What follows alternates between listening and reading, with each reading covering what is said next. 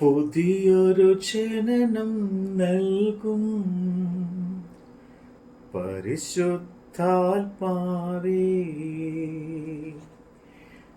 പുതിയൊരു ശക്തിയിലുണരാ കൃപ നീ ചൊരിയണമേ. പുതിയൊരു ജനനം നൽകും പരിശുദ്ധാത്മാവേ. പുതിയൊരു ശക്തിയിലുണരാ കൃപ നീ ചൊരിയണമേ. പരിശുദ്ധാത്മാവേ, ഞന്നിൽ നിറയണമേ.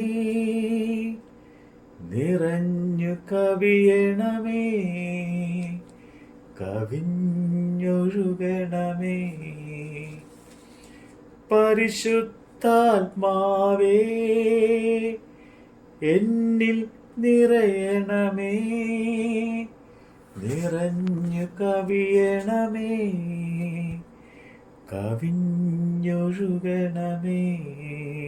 മത്തായിയുടെ സുവിശേഷം 14-ാം അധ്യായം.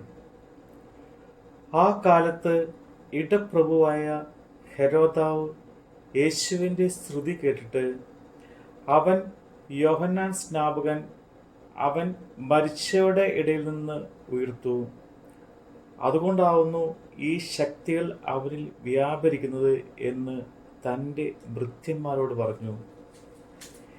ഹെരോദാവ് തൻ്റെ സഹോദരനായ ഫിലിപ്പോസിൻ്റെ ഭാര്യ ഹെരോദ്യ നിമിത്തം അവൾ നിനക്ക് ഭാര്യയായിരിക്കുന്നത് വിഹിതമല്ല എന്ന് യോഹന്നാൻ അവനോട് പറഞ്ഞതുകൊണ്ട് തന്നെ അവനെ പിടിച്ചുകെട്ടി തടവിൽ ആക്കിയിരുന്നു.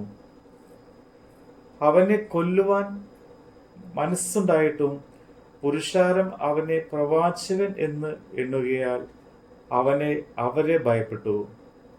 എന്നാൽ ഹെരോദാവിൻ്റെ ജന്മദിവസം ആയപ്പോൾ ഹെരോദ്യായുടെ മകൾ സഭാമധ്യേ നൃത്തം ചെയ്ത് ഹെരോദാവിനെ പ്രസാദിപ്പിച്ചു.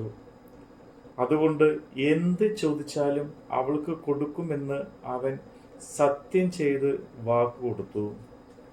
അവൾ അമ്മയുടെ ഉപദേശപ്രകാരം യോഹന്നാൻ സ്നാപകന്റെ തല ഒരു താലത്തിൽ തരയണം എന്ന് പറഞ്ഞു. രാജാവ് ദുഃഖിച്ചു. എങ്കിലും ചെയ്തത് സത്യത്തെയും വിരുന്നുകാരെയും വിചാരിച്ച് അത് കൊടുപ്പാൻ കൽപ്പിച്ചു. ആളയച്ച് തടവിൽ യോഹന്നാനെ ശിരച്ഛേദനം ചെയ്യിച്ചു. അവൻ്റെ തല ഒരു താലത്തിൽ കൊണ്ടുവന്ന് ബാലയ്ക്ക് കൊടുത്തു. അവൾ അമ്മയ്ക്ക് കൊണ്ടുപോയി കൊടുത്തു. അവൻ്റെ ശിഷ്യന്മാർ ചെന്ന് ഉടൽ എടുത്ത് കുഴിച്ചിട്ടു. പിന്നെ വന്ന് യേശുവിനെ അറിയിച്ചു. അത് കേട്ടിട്ട് യേശു അവിടം വിട്ട് പടകിൽ കയറി നിർജ്ജനമായൊരു സ്ഥലത്തേക്ക് വേറിട്ട് വാങ്ങിപ്പോയി. പുരുഷാരം അത് കേട്ട് പട്ടണത്തിൽ നിന്ന് കാൽനടയായി അവൻ്റെ പിന്നാലെ ചെന്നു. അവൻ വന്നു വലിയ പുരുഷാരത്തെ കണ്ട് അവരിൽ മനസ്സലിഞ്ഞ് അവരുടെ രോഗങ്ങളെ സൗഖ്യമാക്കി. വൈകുന്നേരമായപ്പോൾ ശിഷ്യന്മാർ അവൻ്റെ അടുക്കൽ ചെന്ന്, ഈ സ്ഥലം മരുഭൂമിയല്ലോ, നേരവും വൈകി. പുരുഷാരം ഗ്രാമങ്ങളിൽ പോയി ഭക്ഷണസാധനങ്ങൾ കൊള്ളേണ്ടതിന് അവരെ പറഞ്ഞയക്കണമെന്ന് പറഞ്ഞു.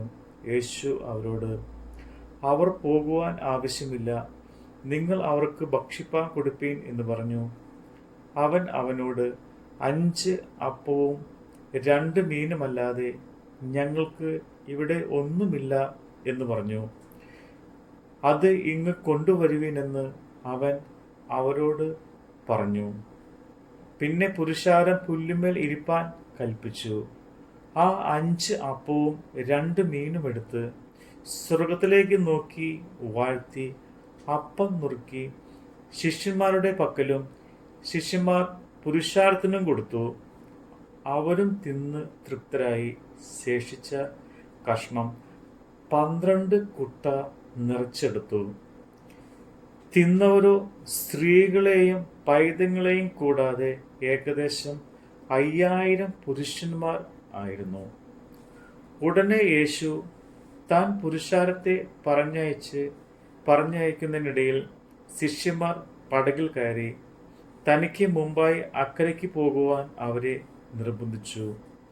അവൻ പുരുഷാരത്തെ പറഞ്ഞയച്ചിട്ട് പ്രാർത്ഥിപ്പാൻ തനിയെ മലയിൽ കയറിപ്പോയി. വൈകുന്നേരമായപ്പോൾ ഏകനായി അവിടെ ഇരുന്നു. പടകോ കരവിട്ട് പല നാഴിക ദൂരത്തായി. കാറ്റ് പ്രതികൂലമായതുകൊണ്ട് തിരകളാൽ വലഞ്ഞിരുന്നു. രാത്രിയിലെ 4-ാം യാമത്തിൽ അവൻ കടലിന്മേൽ നടന്ന് അവരുടെ അടുക്കൽ വന്നു. അവൻ കടലിന്മേൽ നടക്കുന്നത് കണ്ടിട്ട് ശിഷ്യന്മാർ ഭ്രമിച്ചു. അത് ഒരു ഭൂതം എന്ന് പറഞ്ഞു പേടിച്ചു നിലവിളിച്ചു.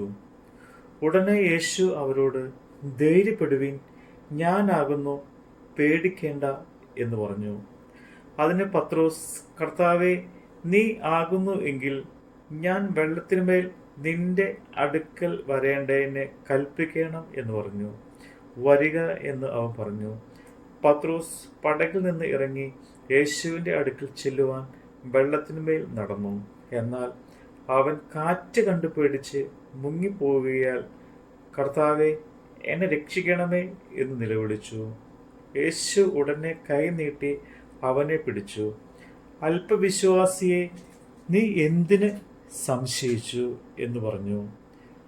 അവർ പടകിൽ കയറിയപ്പോൾ കാറ്റ് അമർന്നു. പടകിലുള്ളവർ, നീ ദൈവപുത്രൻ സത്യം എന്ന് പറഞ്ഞ് അവനെ നമസ്കരിച്ചു. അവർ അക്കരെ എത്തി ഗന്നേസറത്ത് ദേശത്ത് ചെന്നു. അവിടുത്തെ ജനങ്ങൾ അവൻ ആര് എന്ന് അറിഞ്ഞു. ചുറ്റുമുള്ള നാട്ടിൽ എല്ലാം ആളയച്ച് ദീനക്കാരൊക്കെയും അവൻ്റെ അടുക്കൽ കൊണ്ടുവന്നു. അവൻ്റെ വസ്ത്രത്തിൽ തോങ്ങൽ മാത്രം തൊടുവാൻ അനുവാദം ചോദിച്ചു. തൊട്ടവർക്കൊക്കെയും സൗഖ്യം വന്നു.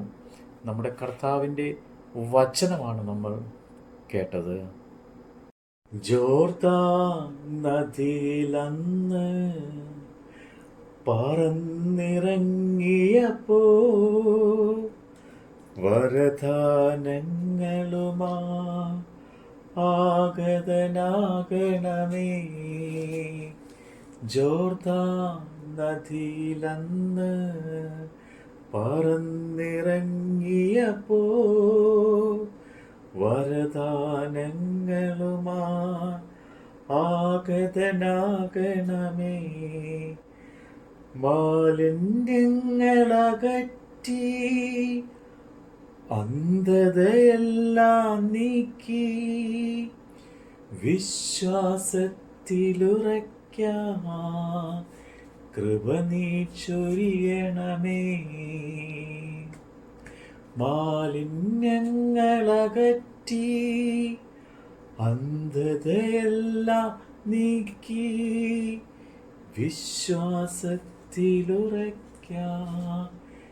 കൃപ നീ ചൊരിയണമേ. പരിശുദ്ധാത്മാവേ, എന്നിൽ നിറയണമേ. നിറഞ്ഞു കവിയണമേ,